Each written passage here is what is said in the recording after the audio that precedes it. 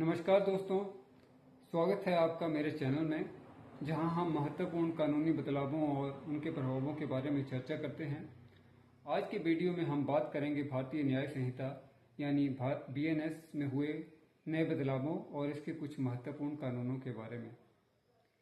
इस वीडियो में हम देखेंगे कि BNS क्या है, इसमें कौन से नए प्रावधान जोड़े गए हैं और ये कैसे भारतीय दंड संहिता यानी कि IPC की जगह ले रहा है।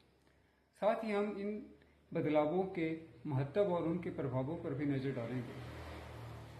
तो अगर आपको हमारे वीडियो पसंद आते हैं तो चैनल को सब्सक्राइब करना ना भूलें और बेल आइकन को जरूर दबाएं ताकि आपको हमारे नए वीडियो की सूचना तुरंत मिल सके। तो चलिए शुरू करते हैं इस वीडियो को। सबसे पहले हम भारतीय न्याय संहिता का परिचय और पृष्ठभूमि के बारे में बात कर लेते हैं। भारतीय न्याय संहिता, जिसे BNS के नाम से भी जाना जाता है, भारत की नई आपराधिक संहिता है। इसे दिसंबर 2023 में संसद द्वारा पारित किया गया और ये 1 जुलाई 2024 से प्रभाव में आ चुकी है। ये नई संहिता पुरानी भारतीय दंड संहिता यानी कि IPC की जगह ले रही है, जो 1860 से चली आ रही थी। अब बात कर लेते हैं नीड फॉर चेंज यानी कि BNS की जरूरत क्यों पड़ी। ब्रिटिश काल में बनाई गई IPC आधुनिक समाज की बदलती आवश्यकताओं और आपराधिक गतिविधियों के नए स्वरूपों को कवर करने में सक्षम नहीं थी। इसलिए सरकार ने एक नई, अधिक प्रासंगिक और आधुनिक कानून व्यवस्था की जरूरत महसूस की, जिसका नतीजा भारतीय न्याय संहिता है। बात करते हैं महत्वपूर्ण बदलावों और नए प्रावधानों के बारे में जो भारतीय न्याय संहिता में किए गए हैं। तो सबसे पहले तो इसमें जो न्यू ऑफेंसेज हैं वो इंट्रोड्यूस किए गए हैं।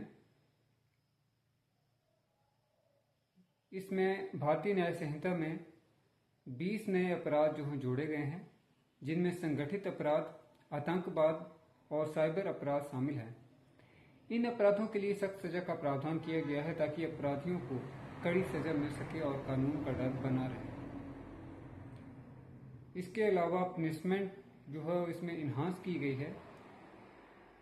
कई अपराधों के लिए सजा की अवधि बढ़ा दी गई है। उदाहरण के लिए 33 अपराधों के लिए कारावास की अवधि बढ़ा दी गई है और 83 अपराधों के लिए जुर्माना बढ़ाया गया है। इसके अलावा कुछ अपराधों के लिए अनिवार्य न्यूनतम सजा भी लागू की गई है। एक नया कंसेप्ट कम्युनिटी सर्विस पनिशमेंट के तौर पर जो है वो भारतीय न्याय संहिता में लाया गया है। कम्युनिटी सर्विस यानी सामुदायिक सेवा। ऐसे अपराध जिनमें सुधार की गुंजाइश हो, उनमें अपराधियों को सामुदायिक सेवा के रूप में सजा दी जाएगी। ये समाज में सुधार के एक नए दृष्टिकोण को दर्शाता है। क्राइम्स अगेंस्ट द बॉडी, शरीर के खिलाफ अपराधों जैसे हत्या, आत्महत्या के लिए उकसाना और गंभीर चोट पहुंचाने जैसे अपराधों के लिए भारतीय न्याय संहिता में कठोर प्रावधान किए गए हैं। इसमें आतंकवादियों गतिविधियों और संगठित अपराधों के लिए भी सख्त सजा का प्रावधान है। क्राइम्स अगेंस्ट वुमेन, महिलाओं के खिलाफ अपराधों में भारतीय न्याय संहिता ने कड़े कानून बनाए हैं। इसमें बलात्कार, पीछा करना और महिलाओं की गरिमाओं को ठेस पहुंचाने जैसे अपराधों के लिए सख्त सजा का प्रावधान है। इसके अलावा सामूहिक बलात्कार के मामले में पीड़िता की उम्र की सीमा को 16 से बढ़ाकर 18 वर्ष कर दिया गया है। क्राइम्स अगेंस्ट प्रॉपर्टी, चोरी, डकैती और धोखाधड़ी जैसे संपत्ति से जुड़े अपराधों के लिए भी कड़े प्रावधान किए गए हैं। साथ ही साइबर अपराध और वित्तीय धोखाधड़ी जैसे नए अपराधों को भी भारतीय न्याय संहिता में शामिल किया गया है। स्टेट एंड पब्लिक क्राइम्स, अब बात करते हैं स्टेट एंड पब्लिक क्राइम्स के बारे में। राज्य के खिलाफ अपराधों में भारतीय न्याय संहिता ने राजद्रोह को हटाकर भारत की संप्रभुता और अखंडता को खतरे में डालने वाले कृत्यों के लिए नए अपराध जोड़े हैं। साथ ही पर्यावरण प्रदूषण और मानव तस्करी जैसे अपराधों के लिए भी नए कानून बनाए गए हैं। बात करते हैं भारतीय न्याय संहिता के महत्व और आलोचना के बारे में। तो भारतीय न्याय संहिता का उद्देश्य एक आधुनिक और प्रगतिशील आपराधिक संहिता बनाना है, जो नए प्रकार के अपराधों को कवर कर सके और समाज में न्याय और सुरक्षा की भावना को मजबूत कर सके।